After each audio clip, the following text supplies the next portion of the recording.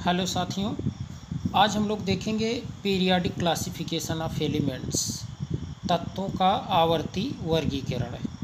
किस तरीके से एलिमेंट्स को वर्गीकृत किया गया आपको देखने को मिल रहा होगा। यहाँ ये periodic table, modern periodic table. Elements को कैसे क्लासिफाई किया गया, सर्वप्रथम हम लोग स्टार्टिंग में कैसे कैसे एलिमेंट्स को वर्गीकृत किया गया उसको हम लोग देखने वाले हैं। तो आप यहाँ देखें, कई सिद्धांत दिए गए थे, जिसमें से आपका पहला है डोबेराइनर का त्रिक सिद्धांत, डोबेराइनर का त्रिक सिद्धांत। और इसके बाद और भी बहुत से सिद्धांत दिए गए, जैसे न्यूलैंड का अष्टक सिद्धांत। इसके अलावा मेंडलीव की आवर्त सारणी, फिर आप देखेंगे बढ़ते हुए परमाणु भार के अनुसार रखी गई थी। फिर इसके बाद आप देखेंगे तब जाकर के आधुनिक आवर्त सारणी को बनाया गया। वो परमाणु क्रमांक के बढ़ते हुए क्रम के अनुसार था। तो देखिए, इन सभी सिद्धांतों को हम लोग एक एक करके देखते हैं। जैसे आपका पहला है डोबेराइनर का त्रिक सिद्धांत। तो डोबेराइनर का त्रिक सिद्धांत सबसे पहले दिया गया, फिर क्रम से न्यूलैंड का, फिर मेंडलीव का। ठीक, तो एक एक करके हम लोग देखते हैं। फर्स्ट है डोबेराइनर का त्रिक सिद्धांत। डोबेराइनर थे, ये कहाँ के थे? तो ये एक जर्मन वैज्ञानिक थे, डोबेराइनर। इन्होंने तत्वों को 3-3 के समूह में रखा और इस समूह को ही क्या कहा? त्रिक कहा गया। डोबेराइनर ने समूह में 3 तत्वों को बढ़ते हुए परमाणु द्रव्यमान के अनुसार रखा और बीच यानी बड़ी होगी, बीच वाले तत्व का परमाणु भार अन्य 2 तत्वों के परमाणु द्रव्यमान के लगभग औसत के बराबर होता है। जैसे एग्जाम्पल के तौर पर लिथियम का देखें, परमाणु द्रव्यमान 7 है, पोटेशियम का परमाणु द्रव्यमान 39 है। तो इनका औसत निकालेंगे, दोनों जोड़ करके 2 का भाग देंगे तो 46 आएगा। 46 में 2 से भाग देंगे तो 23 सोडियम बीच का आ गया। अब कमियां इसमें ये थी कि सभी तत्वों को त्रिक के रूप में नहीं जमा सकते, यही इनकी मुख्य कमी थी। ठीक, इसलिए इसको नेग्लेक्ट कर दिया गया। इसके बाद एक साइंटिस्ट है न्यूलैंड का अष्टक नियम, इन्होंने अष्टक नियम दिया, अष्टक सिद्धांत के नाम से जानते हैं। न्यूलैंड ने जो ज्ञात तत्व थे उनको उनके परमाणु द्रव्यमान के बढ़ते क्रम में क्लासिफाई किया। न्यूलैंड के समय कुल ज्ञात तत्वों की संख्या 56 थी। 56 तत्व उस समय खोजे गए थे। न्यूलैंड ने क्लासिफिकेशन में सबसे कम परमाणु भार वाले तत्व हाइड्रोजन से शुरू किया और थोरियम पर समाप्त किया। क्लासिफिकेशन में उन्होंने देखा कि हर एक तत्व अपने से 8वें तत्व से गुणधर्म में समानता रखता है। जैसे hydrogen, lithium, beryllium, boron, carbon, nitrogen, oxygen, fluorine. फिर इसके बाद देखिए, लिथियम के बाद सोडियम 8वें नंबर पर क्या हो रहा है? वो लिथियम जैसा व्यवहार दिखा रहा है। तो ये इन्होंने इस तरीके से दिया, लेकिन इनकी कुछ कमियां थी। न्यूलैंड का अष्टक नियम केवल कैल्शियम तक ही लागू होता है, इसके बाद यह नियम फेल हो जाता है। न्यूलैंड ने कल्पना की थी कि प्रकृति में केवल 56 तत्व ही हैं, पर बाद में कई नए तत्वों की खोज हुई, इसलिए न्यूलैंड का जो अष्टक नियम था यह भी फेल हो गया। इसके बाद मेंडलीफ है और उन्होंने अपना आवर्त सारणी बनाया। तत्वों को आवर्त सारणी में उन्होंने क्या किया? रखा। तो देखें, मेंडलीफ एक रशियन वैज्ञानिक थे। तत्वों के वर्गीकरण में मेंडलीफ का प्रमुख योगदान रहा है। अब ये ध्यान रखना है कि मेंडलीफ ने ही सबसे पहले आवर्त सारणी का निर्माण किया। सबसे पहले मेंडलीफ ने ही आवर्त सारणी का निर्माण किया था। और लेकिन ये याद रखना है कि उन्होंने बढ़ते हुए परमाणु द्रव्यमान के अनुसार रखा था। ठीक, तो देखें, मेंडलीफ ने हाइड्रोजन से शुरू करके तत्वों को उनके परमाणु द्रव्यमान के बढ़ते क्रम में एक टेबल में अरेंज किया। अब जैसे यहाँ टेबल आपको देखने को मिल रहा होगा कि हाइड्रोजन उसके बाद जितने तत्व उस समय खोजे गए थे उन्हीं को उन्होंने लिया था। हाइड्रोजन लिया, इसके बाद देखें lithium, beryllium, boron, carbon, nitrogen, oxygen, fluorine, इस तरीके से इन्होंने रखा। मेंडलीफ ने आवर्त सारणी को ये ग्रुप में इन्होंने, ग्रुप में मतलब जैसे इन्होंने ऐसे स्तंभ के रूप में, और पीरियड यानी आवर्त यानी लेफ्ट टू राइट, इस तरीके से इन्होंने उसको बांट दिया। और मेंडलीफ की आवर्त सारणी में कुल 9 वर्ग और 7 आवर्त थे। इनकी भी कुछ कमियां थी। समान गुण रखने वाले तत्वों को अलग अलग रखा गया था। ज़्यादा एटॉमिक मास वाले तत्वों को कम एटॉमिक मास वाले तत्वों से पहले रखा गया। जैसे आयोडीन का 126.92 है, टेल्यूरियम का 127.61 है। तो ये कमी थी। अब देखिए आधुनिक आवर्त सारणी में, ये आधुनिक आवर्त सारणी जो थी ये मॉडर्न पीरियाडिक टेबल 1913 में हेनरी मोजले ने परमाणु क्रमांक का डिस्कवरी किया। और उसके बाद परमाणु क्रमांक के बढ़ते हुए क्रम के अनुसार इन्होंने तत्वों को व्यवस्थित करके इन्होंने ये बताया कि तत्वों को बढ़ते हुए परमाणु भार के बजाय बढ़ते हुए परमाणु क्रमांक के अनुसार वर्गीकृत किया जा सकता है। तो ये इन्होंने क्या किया कि जैसे अब जब बढ़ते हुए परमाणु क्रमांक के अनुसार रखा तो उसमें परमाणु क्रमांक क्या क्या उसमें आएगा, देखें। परमाणु क्रमांक यानी एटॉमिक नंबर, दूसरा एटॉमिक मास भी उसमें उन्होंने लेफ़्ट साइड रखा, देखें लेफ़्ट साइड उन्होंने रखा। ये बाईं ओर लेफ़्ट साइड नीचे की तरफ एटॉमिक नंबर और ऊपर की तरफ एटॉमिक मास परमाणु द्रव्यमान। किसी भी परमाणु तत्व का सेल स्ट्रक्चर जो है, देखें इस तरीके से यहाँ आपको स्ट्रक्चर में देखने को मिल रहा होगा। एटॉमिक नंबर, परमाणु क्रमांक और बीच में प्रोटॉन और न्यूट्रॉन रहता है। और साथ ही साथ आप देखें लिथियम का हमने यहाँ लिया है तो फर्स्ट सेल में 2 इलेक्ट्रॉन और लास्ट में 1 इलेक्ट्रॉन। इसी तरीके से बेरिलियम में 4 उसका परमाणु क्रमांक होता है, तो 2 के सेल में और 2 आपके के सेल में और 2 ही बेरिलियम में एल सेल में हो जाएंगे। ठीक।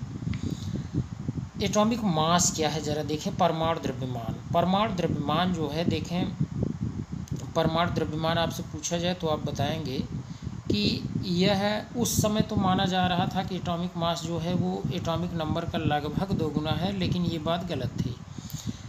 यह बात क्या थी, गलत थी। वो प्रोटॉन और न्यूट्रॉन की कुल संख्या जो नाभिक में उपस्थित होती है उसी को एटॉमिक मास कहते हैं। ठीक। अब देखिए सेल स्ट्रक्चर कैसे बनाते हैं। सेल स्ट्रक्चर बनाने के लिए सबसे पहले हमें क्या करना होता है कि जैसे उसमें इलेक्ट्रॉन पता करना होगा, प्रोटॉन पता करना होगा और न्यूट्रॉन पता करना होगा। अब उसमें सेल देखें, सेल क्या है, वो नाभिक के चारों ओर, जैसे आप के, एल, एम, एन देख सकते हैं। और फर्स्ट सेल में 2 इलेक्ट्रॉन, सेकंड सेल यानी एल में आप देखेंगे 8 इलेक्ट्रॉन, एम में 18 और एन में 32। इसके लिए फार्मूला दिया गया था 2n स्क्वायर। एन वही क्रमशः है मुख्य क्वांटम संख्या, के लिए 1, एल के लिए 2, एम के लिए 3, एन के लिए 4। अब देखिए जैसे कार्बन का अगर एग्जाम्पल लिया गया तो परमाणु क्रमांक 6, इलेक्ट्रॉनों की संख्या भी इसमें 6 होती है। तो इलेक्ट्रॉनिक विन्यास करेंगे तो 2 और 4 आ जाएगा। ठीक। के में 2 इलेक्ट्रॉन और एल में 4 इलेक्ट्रॉन। परमाणु क्रमांक कार्बन का 6 है। तो इस तरीके से आप इसका स्ट्रक्चर बना सकते हैं। अब देखिए, अब आपको जैसे इसमें अगर सेल इलेक्ट्रॉन अधिक हैं, इलेक्ट्रॉन बढ़ रहे हैं, तो आप उसी तरीके से इसमें क्या करेंगे, बढ़ा लेंगे। क्या बढ़ाएंगे, आप बढ़ा लेंगे, सेल को बढ़ा लेंगे। ठीक।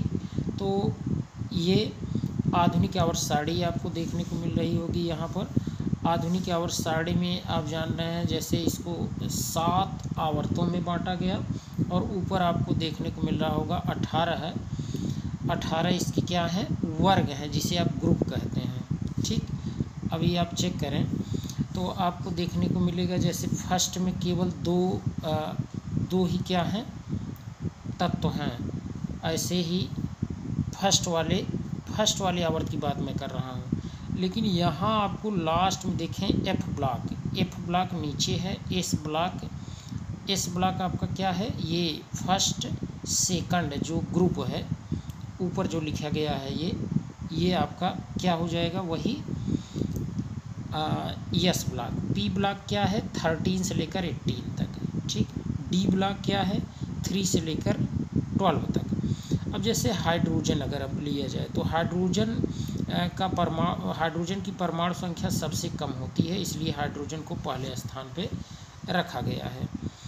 और इसी तरीके से क्रम से देखें फिर helium, lithium, beryllium, boron, carbon, nitrogen, oxygen, fluorine, neon, फिर सोडियम, मैग्नीशियम, इस तरीके से इसको रखा गया है। तो इसमें ये केवल जानना है कि जैसे आवर्त 1 में 2 तत्व रखे गए हैं, दूसरे आवर्त में 8, तीसरे आवर्त में 8, चौथे आवर्त में 18, पाँचवें आवर्त में 18, छठें आवर्त में 32, सातवां आवर्त इस समय तो पूर्ण हो चुका है, यानी उसमें भी 32 तत्व रखे गए हैं।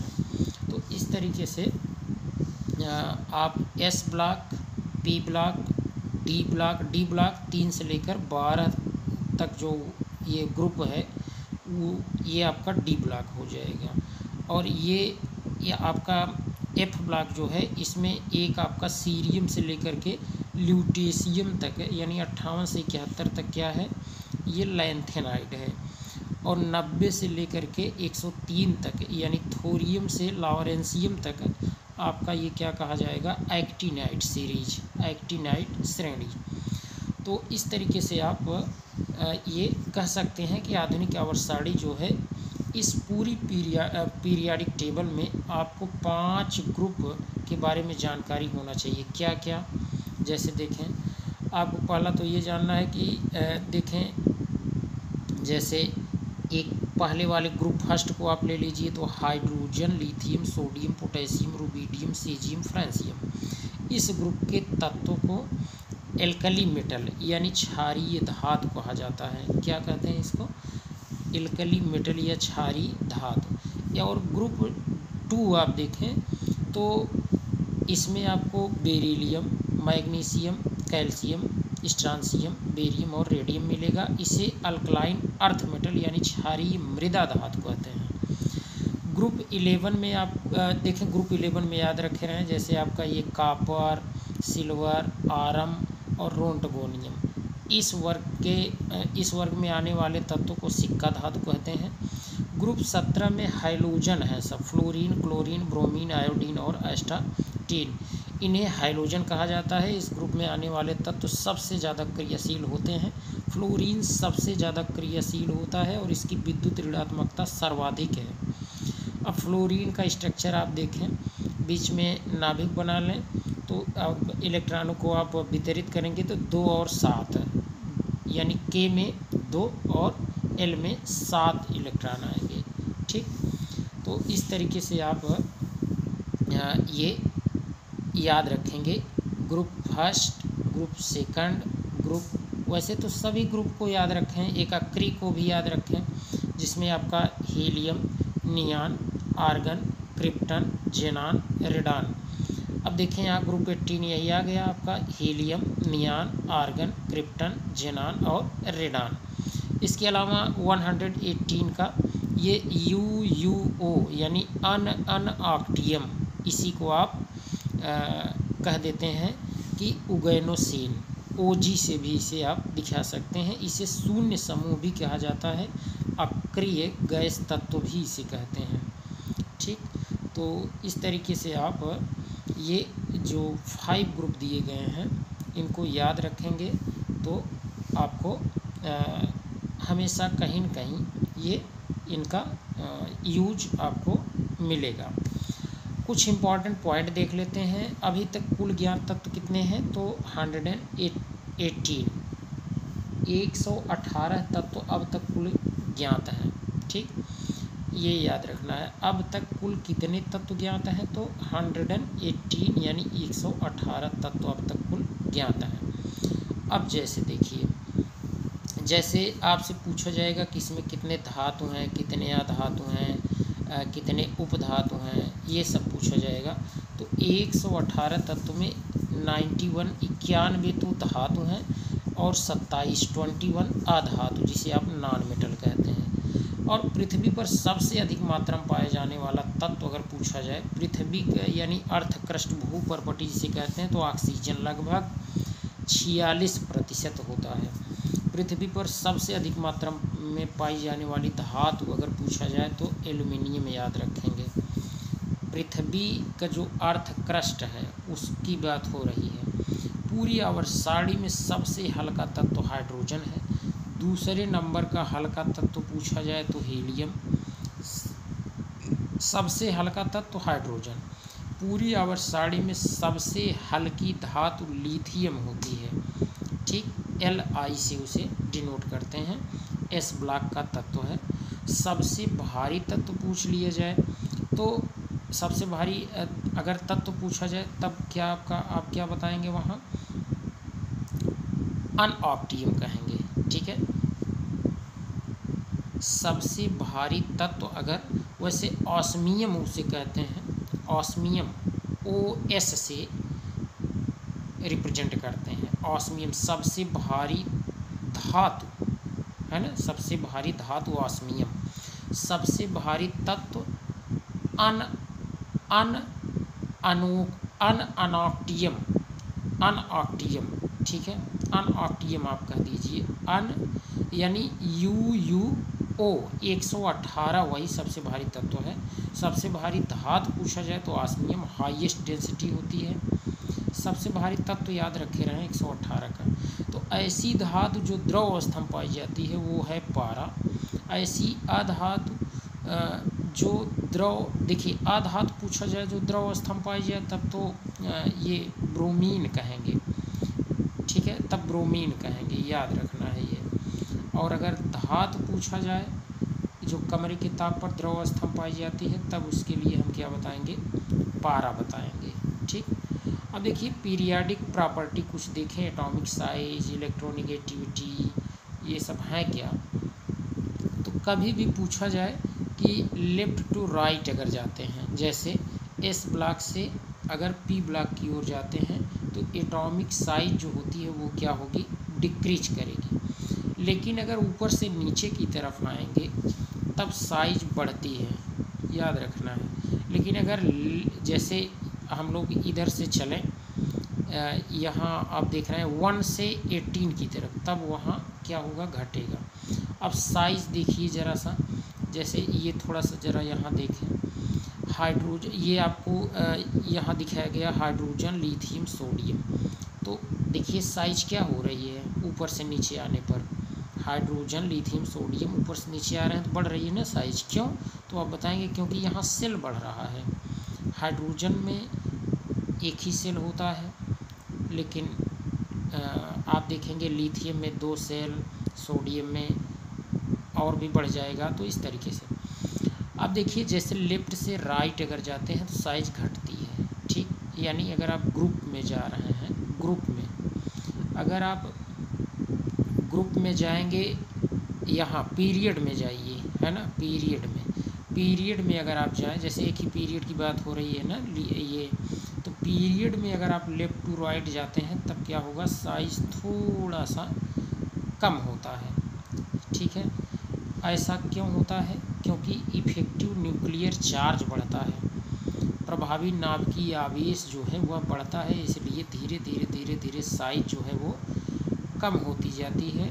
जैसे एग्जांपल में देखें, लिथियम है सबसे बड़ा, उससे छोटा बेरिलियम, उससे छोटा बोरान, उससे छोटा कार्बन।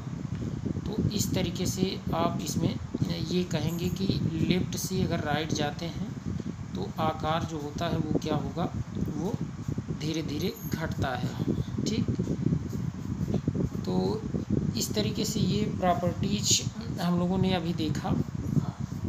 अब देखिए जैसे कभी ऐसे भी पूछा जा सकता है कि ये आपसे कि इलेक्ट्रोनेगेटिविटी की बात अगर पूछी जाए, जैसे विद्युत ऋणात्मकता पूछा जाए, है ना। विद्युत ऋणात्मकता जैसे ही आप एकदम उसी ये क्या है, जैसे एटॉमिक, देखिए इलेक्ट्रोनेगेटिविटी चेक करिए, इलेक्ट्रोनेगेटिविटी में आपको देखने को ये मिलेगा कि जैसे आप अगर ऊपर से नीचे की तरफ जाते हैं तब इलेक्ट्रोनेगेटिविटी क्या होगी, घटेगी, विद्युत ऋणात्मकता घटेगा। लेकिन अगर आप लेफ़्ट से राइट जा रहे हैं तब इलेक्ट्रोनेगेटिविटी बढ़ती है, इंक्रीज करती है। लेकिन ऊपर से नीचे की तरफ अगर आ रहे हैं तब इलेक्ट्रोनेगेटिविटी घटती है, इसको याद रखना है। ठीक, ये इम्पॉर्टेंट बात है, इसको थोड़ा समझे रहेंगे। अब ये एग्जाम्पल में ले लें, जैसे आप देखिए सोडियम है, मैग्नीशियम है। Sodium, magnesium, aluminium, silicon, phosphorus, sulphur, chlorine. तो जैसे क्लोरीन की ओर आप जाएंगे वैसे वैसे क्या होगा, ये विद्युत ऋणात्मकता वैसे वैसे बढ़ेगी। ठीक, अभी लिथियम आप देखिए, लिथियम में क्या है, आप देख रहे हैं 3 इलेक्ट्रॉन है, तो फर्स्ट सेल में 2, सेकंड सेल में 1 है ना। तो ये इसका आकार छोटा, और एक बात ये है कि जैसे आकार जिसका छोटा होता है उसकी विद्युत ऋणात्मकता क्या होती है, अधिक होती है। तो ये भी जानते रहिए। जैसे अभी पूछ लिए जाए, यही उल्टा पूछ लिए जाए कि किसी भी वर्ग में नीचे से ऊपर की तरफ जाने पर, ऊपर से नीचे तो क्या हो रही है, घट रही है, लेकिन नीचे से ऊपर पूछ लिए जाए तब तो बढ़ती है। तो ये बात भी थोड़ा समझे रहे हैं। ठीक है, इलेक्ट्रॉनों की संख्या देखिए। अब आप आएंगे तो यहाँ फ्लोरीन में क्या है, बाहर बढ़ गया, और जब बाहर इलेक्ट्रॉन बढ़ गए तो क्या हुआ, नाभिक इफेक्टिव न्यूक्लियर चार्ज भी यहाँ पर क्या होगा, वह भी देखेंगे बढ़ेगा। तो वो आकार जो है छोटा हो जाएगा, आकार क्या होगा, छोटा हो जाएगा, क्योंकि प्रभावी नाभिकीय आवेश बढ़ जाता है, जिससे आकार घट जाएगा। आकार घट जाएगा तो विद्युत ऋणात्मकता अधिक होगी, जानते हैं आप इस बात को। ठीक, तो आज के लिए इतना ही देखते हैं हम लोग। वीडियो आपको कैसी लगी आप कमेंट में बताएंगे। ठीक, थैंक्स।